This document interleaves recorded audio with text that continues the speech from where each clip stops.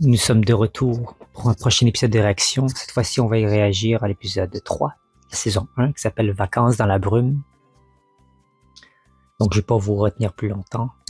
On va tout de suite dans la réaction.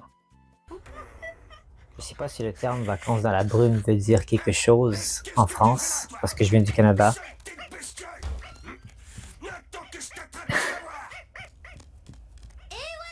Être dans la brume, ça veut dire que ton cerveau est un peu pas encore réveillé ou tu broudes du noir, en fait. Qu'est-ce que tu fais dehors, Jérémy? Tu as lu l'heure qu'il est? Et puis ça là, hein? Qu'est-ce que c'est que ça?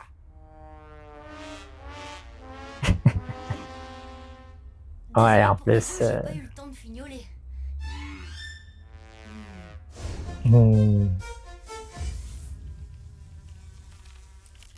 J'espère que ça te servira de leçon, mon garçon.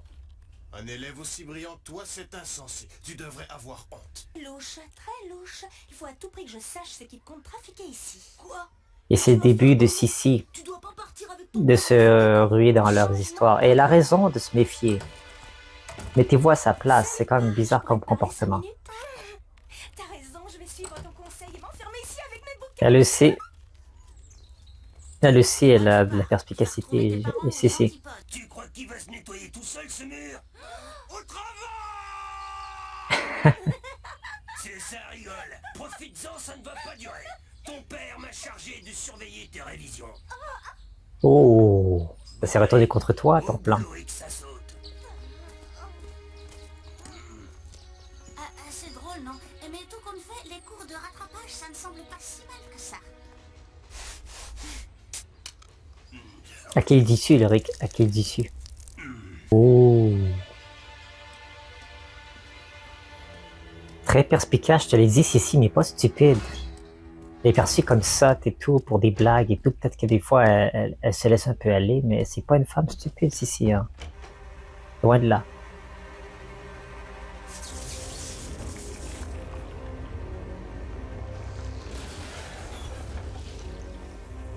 Qu'est-ce que c'est que ça? Je t'ai entendu en parler avec les autres, c'est qui? J'ai pas compris encore dans cette attaque d'Exona Jérémy, allez, dis-moi. comment C'est un groupe de rock. des liquides Les trucs ringards que tu écoutes, peuvent se mélanger à l'électricité et puis créer une fumée. Pour une imbécile. J'oserais pas. Tiens, puisque tu t'es proposé au travail, c'est l'heure de ma pause. Peut-être d'un point de vue Une chimique. fille du nerf, que diable, on frotte, on gratte, on récure et on y met du cœur. Attendez, je vais... Euh. Eh oui. Ouais, Jérémy, c'est pas très flatteur pour toi. Mais comme on dit, la vapeur de ces trucs chimiques. Muscle dans le corps, je te jure, même cligner des yeux, c'est un véritable supplice. Tu devrais te reposer. La réaction chimique des vapeurs avec l'électricité a peut-être permis, en fait, Ça, j'en sais rien, mais il a quelque chose derrière. cette réaction chimique de se créer. Cette fille, là. J'aime bien le côté ici de la transition entre le jour et la nuit avec le petit éclair. Purement expérimental la saison 1, comme j'ai dit. Mais meurtrière. Regarde, toutes les attaques depuis le début de la saison 1 se basent pour éliminer des gens. Soit t'es dit Godzilla en écrasant des gens, ou des voitures, ou tout ça, que ce soit par le pylône qui éclate et qui va vers la centrale nucléaire à cette fumée. Peut asphyxier des gens. C'est encore pire que ce que je croyais. Le produit contenu dans les fûts renversés est extrêmement toxique. Si par malheur l'ordinateur dit vrai, ces vapeurs peuvent même être mortelles en cas d'inhalation prolongée. Ah là là là là. Mais qu'est-ce que ça fait dans le collège Cadix, cette substance toxique? Ça servait à quoi déjà, cette substance? Ça servait à nettoyer les planchers, c'était quoi? Bah, allez, debout là-dedans, c'est l'heure. On a besoin d'explications des créateurs de Yoko. Jérémy! Je vous dis, il n'y a rien de compliqué dans les maths. Eh, dis donc, Oui, c'est compliqué pour les gens qui pensent pas comme ça. Moi, j'ai jamais été bon en maths. C'est quoi ça, petit? On dirait un squelette. Pour moi, je suis plus un artiste, comme on dit. Sinon, il n'y a rien qui vous choque. Votre squelette. Il y a différentes intelligences sur cette terre. Intelligence sociale, intelligence financière, intelligence logique, intelligence littéraire. Vous savez Et que j'en les chiens passe. sont censés voyager dans la soute à bagages. Oui, je le sais. Et comme je l'ai dit dans une de mes vidéos Iceberg, pourquoi Odd il prend l'avion et pas les autres? Chez ma grand-mère. Qu'est-ce qu'il veut fuir? Rire, non, ça j'en doute fort. Tu n'as pas l'impression qu'il nous manque quelqu'un? J'aurais aimé ça quand même que dans les voix des parents de Yumi qui ont un léger accent asiatique. Bon, après les gens vont me dire, oh, c'est raciste. C'est pas une affaire de racisme, c'est accurate. Surtout qu'ils sont pas nés en France. Ils ont immigré là. Puis moi, je suis un immigrant moi-même de Bulgarie, donc je sais de quoi je parle. D'avoir un léger accent. Même moi, on me dit que j'ai un accent quand je parle français. Bon, peut-être canadien, certes, mais pour les Canadiens aussi, j'avais un accent un peu sud-est européen. Ça, c'est une petite touche que j'aurais aimé avoir, à moins que vraiment leurs parents prennent des cours de diction et de littérature parfaitement bien linguistiquement français, qui expliquent qu'ils n'ont pas d'accent. Parce que c'est vrai qu'ils parlent français à la maison, ils parlent pas japonais à la maison.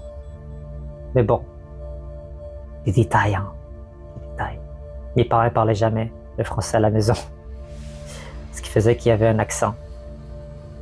Et jusqu'à ce jour, ils ont toujours un accent quand ils parlent français. Surtout ma mère, mon père, il parle même pas français. Eh oui.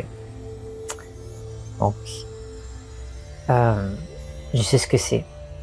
Une chose, essayer de découvrir le secret qui unit Jérémy et les autres. L'air de rien, je rêve de faire Oh. partie de leur bande, mais ça ne passe pas. Eh oui. On ne se comprend pas. Vous voyez ce que je veux dire? Non. Absolument, Ce que si. je vois, moi, c'est qu'il n'y a pas d'aération dans cette pièce. Et qu'on va bientôt manquer d'oxygène. Surtout si je n'arrête pas de parler, c'est ça. C'est bon, j'ai compris. Fumée étrange dont Oh. on ignore l'origine. Il est recommandé aux personnes âgées. C'est là que j'ai dit qu'il y a des gens qui sont morts. Déjà, comme ça,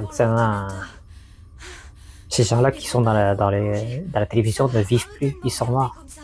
Vous croyez qu'on a du temps à perdre? Mais tu vois comment Jérémy il a failli pas s'en sortir. Il a failli y passer. Vous imaginez comment cet épisode est important. Cet épisode focal sur Sissi, comme on voit. Et Jérémy, Sissi, Jérémy. Donc, depuis le début, Teddy Godzilla, c'était Millie et Odd. L'épisode 2, c'était Yumi et Nicolas. L'épisode 3, maintenant, c'est Jérémy et Sissi. Tu vois, un personnage secondaire et un personnage principal, les deux. Et on va alors, j'aime ça, je sais que l'écriture est très bien faite. J'ai des raisons pourquoi j'adore la saison 1. Ce que Sissi a dit, c'était très intéressant. Elle s'est vulnérabilisée dans ses derniers mois, elle pensait. Alors, tu as vu, Sissi, quand je te disais qu'il essaierait de venir nous chercher. Jim, t'as besoin de lunettes? Ulrich, C'est parce qu'elle voit pas bien avec la brume et c'est pas trop c'est qui. Il est venu me sauver, c'est comme dans mes rêves. Plus vite, plus vite, plus vite. Je rappelle qu'il y a des gens sur le téléviseur qui sont décidés d'essayer de fumer. Je suis pas mal sûr qu'ils sont décédés. Et Jérémy a visiblement des bons poumons. Regardez, ça va me faire croire que Ulrich, Sissi et Jim ont survécu à cette attaque. Combien de temps ils ont été exposés? Il est trop tard. C'est ça que j'ai dit dans une de mes théories de l'iceberg, si vous l'avez pas vu. Que le retour dans le temps n'est pas vraiment un retour dans le temps, mais un changement de temporalité. On est dans une autre dimension dans laquelle Ulrich, Sissi et Jim, dans ce cas-ci, sont en vie. Ça expliquerait certaines choses. Pourquoi certains personnages qui sont décédés, on les retrouve dans d'autres épisodes après. Oui. Et en plus là, franchement, Ulrich, C'est ce qu'on fait. C'est ce qu'on fait quand on aime quelqu'un. Jim ne sera pas trop dur avec moi. Ah, absolument pas. Il est bien plus beau. Action faite. Je vais peut-être rester avec toi. Débrief.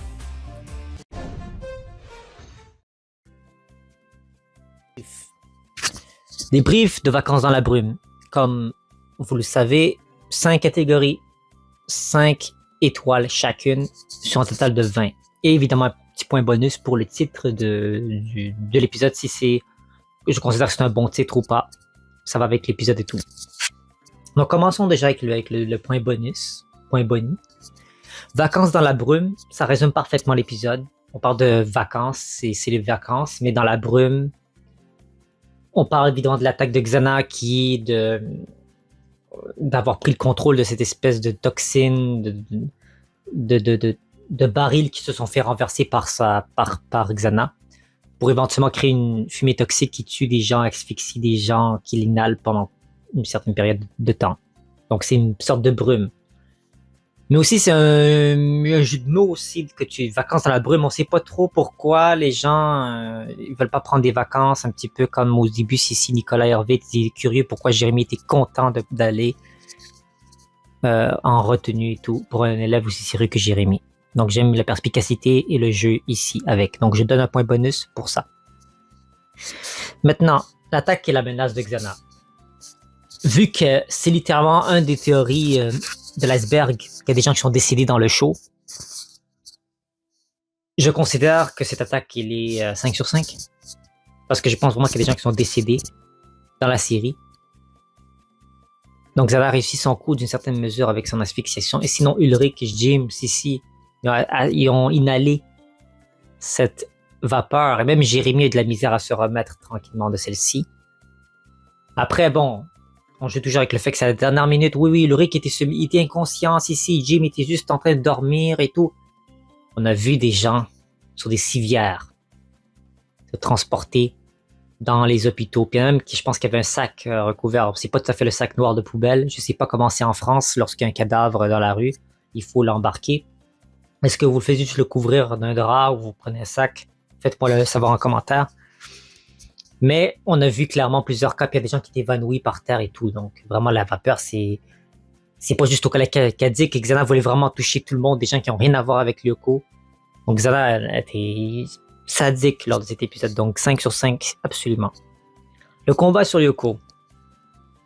Bof, vraiment bof. Le combat sur Lyoko était vraiment pas palpitant. Contrairement à l'épisode 2, le vent pour le croire, qu'il y avait Ulrich qui était plus cool au niveau de ses combats et l'utilisation des pouvoirs.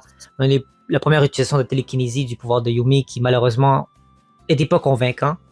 Quand on a vu Ulrich utiliser son pouvoir de triplicata, on était très impressionnés. Wad avec son pouvoir de vision, bon, dans certaines mesures c'est utile, mais pour le pouvoir de télékinésie de Yumi, on a vu Alita utiliser son pouvoir aussi de création. Elle l'a utilisé avant dans Réveil d'Xana, mais elle l'a utilisé ici de nouveau, comme ça, bon. Elle prenait tellement son temps et Odd et Yumi sont partis très rapidement par des cancrelats en plus. Je pense qu'il y avait genre 3 ou 4 cancrelats, je sais même plus combien. Mais vraiment, la menace était petite aussi. Donc, on va se dire, je vais être un peu sévère, je vais mettre 1 étoile sur 5 pour les combats sur Lyoko. Ça peut vraiment être mieux que ça, là. J'avais aimé le plan de caméra avec Odd et le cancrelat qui se regardaient face à face, c'était cool, ok, mais voilà, rien de plus.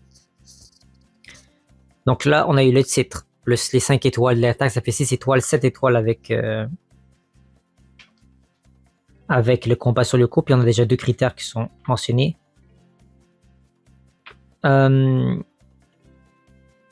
Les personnages, la croissance des personnages, on va parler dans la saison 1. C'est un épisode qui était principalement centré cette fois-ci sur Sissi et sur Jérémy et un petit peu Ulrich, mais principalement sur Jérémy et sur Sissi. Comme on a vu dans chacun des épisodes, j'aime bien qu'on décortique ça. Un personnage principal, un personnage secondaire qu'on va avancer dans chaque épisode. Dans le premier épisode, comme vous ai dit, Teddy Godzilla, on avait Millie, Soloviev et on a eu Odd de la Robert qui était plus mis en avant. Certaines mesures, on avait aussi le Yumi, mais je considère que c'était plus Odd parce que c'est lui qui a aidé l'enquête, c'est lui qui, voilà, était sur Lyoko et tout ça. Après, dans l'épisode 2, on a eu Yumi et Nicolas qui étaient mis en avant dans l'épisode de Le Voir pour le Croire. Ici, on a eu Ulrich et Sissi, mais je mettrais plus l'emphase sur Jérémy et Sissi. Voilà. Justement, dans la carnet de bord, le prochain épisode, Ulrich va être mis en avant dans celui-ci. J'ai hâte de réagir à cet épisode-là bientôt pour vous, mes amis.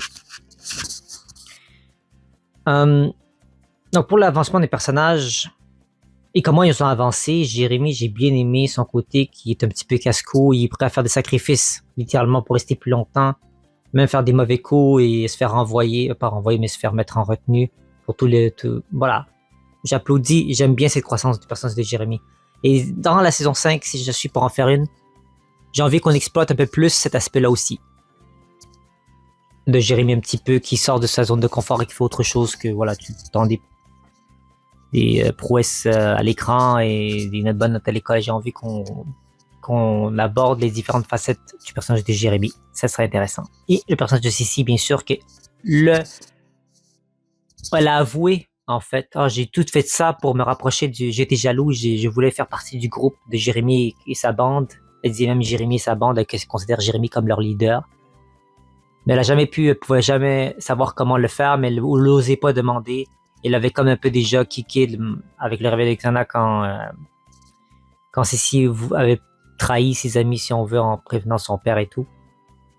Donc on les comprend aussi de l'avoir déserté un peu. Et c'est une espèce de leçon d'humilité pour Sissi. J'ai adoré ce segment-là. Pour moi, c'est ce que ça prouvait, ce que j'ai pensé depuis le début sur Sissi. Moi, vous allez voir dans les réactions que j'aime beaucoup le personnage de Sissi. Donc, 5 étoiles sur 5. C'était pas juste des croissances de personnages. Ils ont ce petit talent. Non, vraiment, on avance dans Jérémy Sissi, 5 sur 5. Donc, il nous reste un critère. Pertinence et morale. La pertinence et la morale de l'épisode. Est-ce qu'il y a une morale? Est-ce qu'il y a une pertinence de l'avoir montré? Oui. De montrer que lorsqu'on a un plan en tête, on est prêt à tout faire pour l'accomplir, même des fois à enfreindre des règles, même des fois à aller en retenue, tout ça. On a mentionné ça dans l'épisode. Même dans les vacances, il faut travailler. Jérémy veut travailler, il veut ramener Alita le plus vite possible sur la Terre. Et Sissi aussi. Qu'elle aussi, elle est prête à se sacrifier d'une certaine mesure pour en savoir plus sur Jérémy et leurs secrets. Donc, elle fait qu'elle se confie. Donc, c'est une belle morale sur l'aspect de la série de ne pas être capable de démontrer ses vrais sentiments, de ne pas pouvoir expliquer pourquoi on agit d'une certaine façon et que c'est interprété par les autres d'une façon un peu comme le proviseur a vu le comportement de Jérémy comme dérangeant. Un élève aussi sérieux comme toi, vous devrez avoir honte, mon garçon. Et c'est normal qu'il réagisse comme ça parce que c'est ce que Jérémy voulait que le proviseur dise à son sujet. Et il savait que c'est Jérémy, c'est un élève surdoué, donc il n'allait pas être envoyé de l'école. Ce serait Odd et Ulrich, peut-être que ça aurait été différent. Pour ce qui a trait de Sissi, on voit un peu la jalousie et comme quoi les techniques qu'elle utilise pour avoir ce qu'elle veut, mais d'une manière malsaine. Vouloir hang out with the group, c'est-à-dire vouloir avoir des questions, vouloir rester dans le groupe de Jérémy d'une certaine manière, mais en tant qu'antagoniste. Donc voilà, pour ce qui a trait de la morale, et je donnerai à cet épisode 3 étoiles pour la morale, voilà, sans plus. C'est pas des bonnes morales, hein, c'est de tricher, de faire des petits trucs un petit peu, c'est pas la meilleure morale pour les enfants. Mine de rien, c'est pas mal. Donc au total, nous avons 5 étoiles pour l'attaque de Xana, 5 étoiles pour la croissance des personnages, ça fait 10. On a 1 étoile pour le titre, un bonus, 1 étoile pour le combat sur le coup, ça fait 12. Là je compte bien, la dernière fois je me suis trompé, je me suis réparé mes erreurs dans le montage.